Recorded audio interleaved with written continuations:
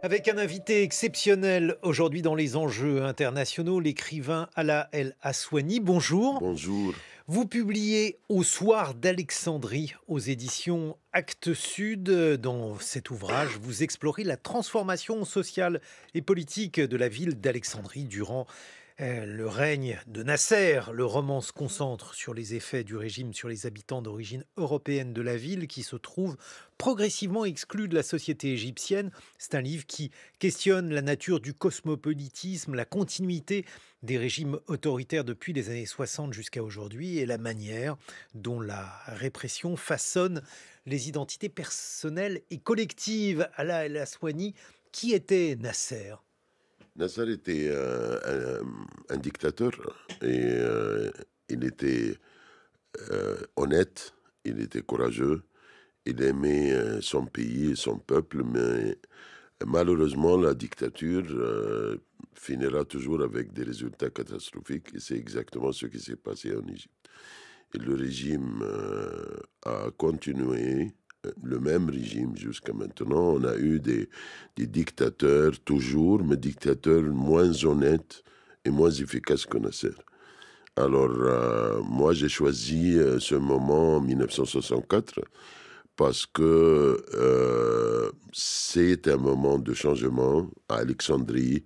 Alexandrie était une ville vraiment cosmopolite. Il y avait tout le monde était accepté. Et à un moment donné, les Égyptiens d'origine européenne se sont rendus compte qu'ils sont considérés comme des étrangers. Et ça commence un changement que je vois très négatif, que la ville a perdu l'aspect cosmopolite. Nasser était au pouvoir depuis 12 ans, en 1964. Qu'est-ce qui s'était passé durant ces 12 années? Est-ce que l'on peut dire que Nasser est l'un des pères du nationalisme arabe? Oui, absolument. Non, le nationalisme arabe existait avant Nasser, mais lui, il a choisi l'idéologie, il a fait la promotion pour l'idéologie, et ça explique pourquoi il était populaire dans tout le monde arabe. Et je pense que Nasser est un exemple significatif parce que on peut pas avoir un président ou un dictateur plus honnête.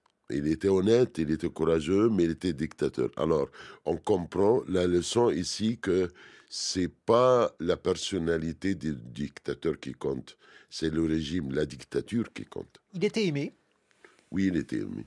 Oui, il parce que était. dans votre roman, justement, vous restituez les discussions autour de Nasser. Qu'est-ce qui le faisait à ce point aimé alors même que c'était un pouvoir autoritaire? La plupart des dictateurs du XXe siècle ont été adorés par le peuple. Et je pense que j'ai un livre qui s'appelle Le syndrome de la dictature, dans lequel j'ai essayé de comprendre pourquoi pas mal de gens sont tombés amoureux avec le dictateur en Italie, au Portugal, en Allemagne et, et en Amérique latine. Je pense que c'est un besoin psychologique d'être protégé. Vous voyez, le dictateur, ce n'est plus le président, c'est notre père. Alors notre père nous protège. Oui, d'ailleurs, vous commencez votre livre, votre roman Au soir d'Alexandrie, à la Soigny, par une citation d'un poème de Constantin Cavafis qui dit: La ville te suivra partout. Oui. Et c'était vraiment Cavafis, c'est un très grand poète et il était alexandrin. Il a refusé de quitter Alexandrie. Il avait vécu vraiment des moments très difficiles parce que il était homosexuel, il était gay pendant une époque très difficile pour les gays.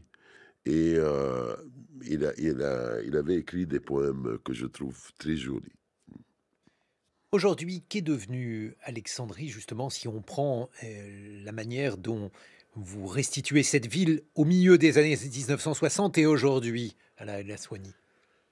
Malheureusement, l'Alexandrie a perdu beaucoup de l'aspect cosmopolite. Je ne peux pas dire totalement, mais il y a une trace quand même.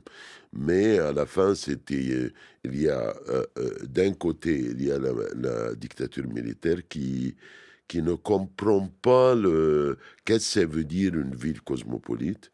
Et sur l'autre côté, il y a les islamistes ah, qui ne comprennent pas du tout que quelqu'un puisse être différent et qu'il mérite le respect. Quand on est différent, ils ne comprennent pas ça. Et oui, parce que évidemment, on ne peut pas s'empêcher de lire au soir d'Alexandrie, à la lumière de ce que l'on sait aujourd'hui de l'Égypte, Nasser était parfaitement laïque.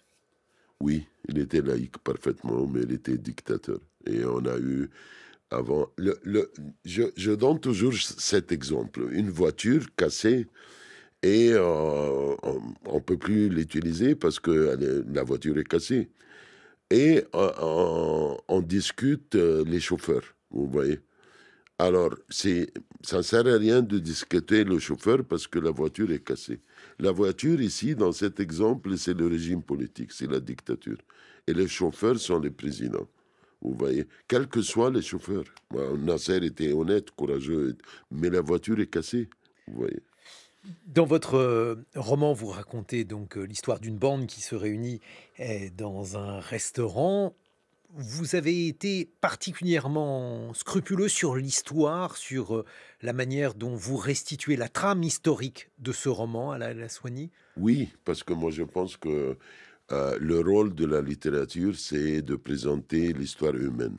Malheureusement, quand on lit l'histoire, soit à Alexandrie ou n'importe quelle ville, on lit l'histoire politique. Et je crois que au-dessous de cette histoire politique, il y a l'histoire humaine, il y a les histoires d'amour, il y a les histoires des individus. Et c'est exactement ce que la littérature doit faire, de présenter l'histoire humaine.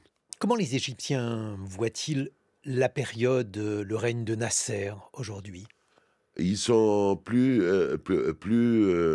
divisés que jamais parce que il y a une nouvelle génération, c'est la génération qui a fait la révolution 2011 et cette génération commence à lire et commence à comprendre que c'était une dictature qui a fait vraiment beaucoup de choses négatives dans la société qui restent jusqu'à maintenant. Ce qui est le contraire de leurs parents.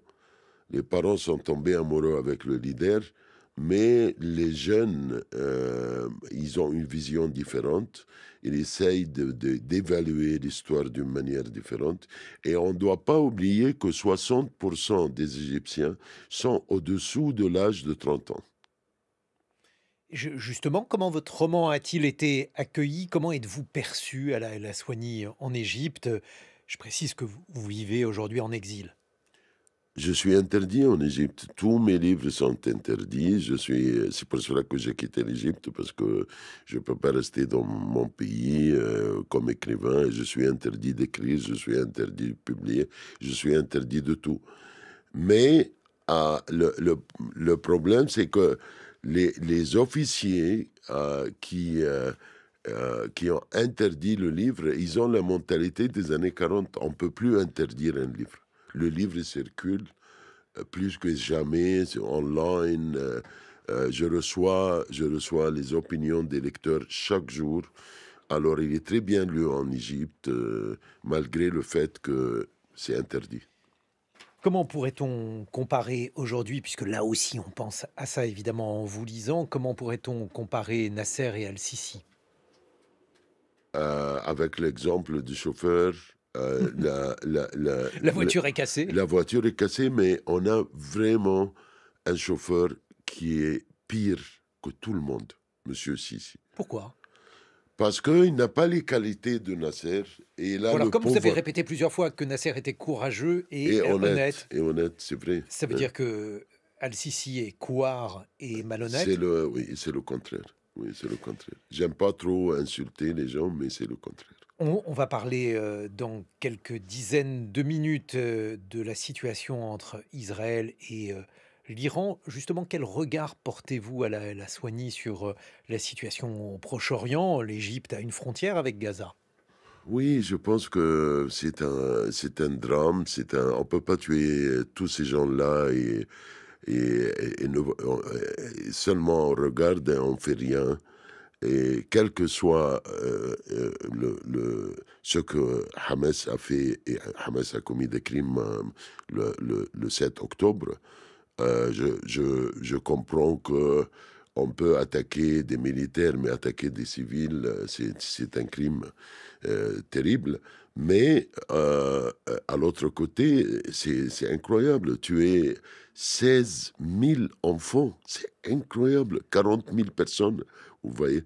Alors, j'espère qu'à un moment donné, sur les deux côtés, on devient convaincu que on doit vivre ensemble et que la vie humaine est égale, quelle que soit votre nationalité, si vous êtes israélien ou arabe ou égyptien, nous sommes tous des êtres humains avec une vie humaine vraiment qu'on doit défendre.